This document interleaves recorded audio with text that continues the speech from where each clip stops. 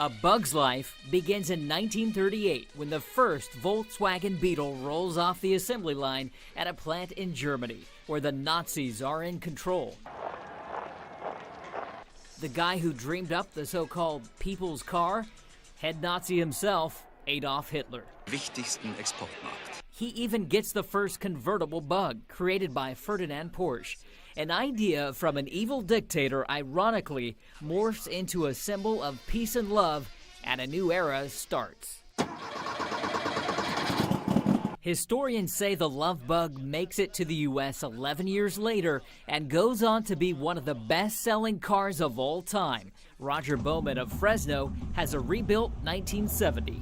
Listen to that thing, oh man. He takes us for a bumpy ride around Fresno in a Cowbug, a modified, racier version of the car. Freeway flyer, so when you get on the freeway, you don't get run over. Like many Bug owners, the quirky cars are a lifelong passion of his. Who would be the crazy guy that would be driving a Volkswagen? Here I am. He got his first Bug in the 1960s, back in college. What's the top speed on this thing? I've never tried it, but I don't know. A few years back, he shifted gears and started collecting them after his son Quinn caught the Bug. So I drug this out of a field in '90. Drug it out of a field? Upside down. So it was upside down in a wall in Orchard in Madera. Quinn stopped and rescued this 1956 oval, referring to the shape of the rear window, for a bargain price of $100, and put another $25,000 into it to fix it up. No bull. Bringing the car back to life. They call this one a ragtop, which is the 1950s solution for a cheaper version of Air conditioning. So why collect a Bug?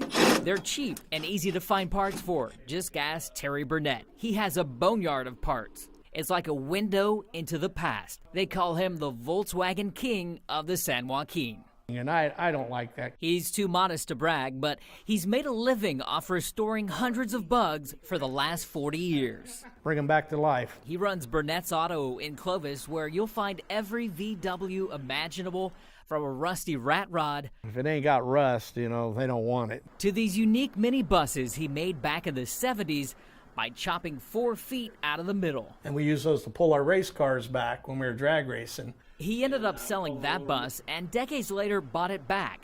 Now it's yard art, just like this Bug moving truck. It doesn't move at all. Just an exaggeration of how versatile Beetle motors are. Airplanes with them, they made sawmills out of them, they made air compressors out of those engines. He can make them look brand new, like this white and blue Bug in the shop now, but this is his daily driver. It's been around the block. There's been a lot of offers and none of them been good enough yet, so. It gets him from A to B, looks greasy under the hood, and there's no power steering. But this old car keeps his past alive, instead of in the rear view. Like these guys reflecting on the good old days. Vince Sapaglia is a member of the Deutschlanders Car Club. More of a cult. He's referring to VW culture.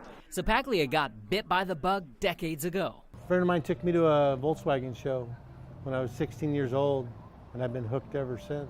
He drives this burnt orange 62 convertible up and down the state to car shows. Be around other Volkswagens, man. Bugs likes bugs.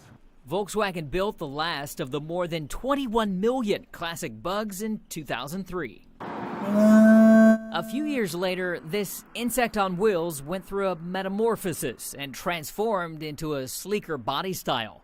Paul Yoakum has a 2012. Maggie, yeah. All Volkswagens have a name. He's got 6 more at home. And now that the automaker is falling out of love with the Love Bug, Yoakum and other collectors are hoping when production stops, their cars, including Maggie, will be worth more. We're not giving this car up for nothing. Burnett will keep fixing them up. Bowman will keep shifting into high gear. Oh yeah, I don't go. And Volkswagen can try to exterminate the Bug, but these car enthusiasts are keeping it alive.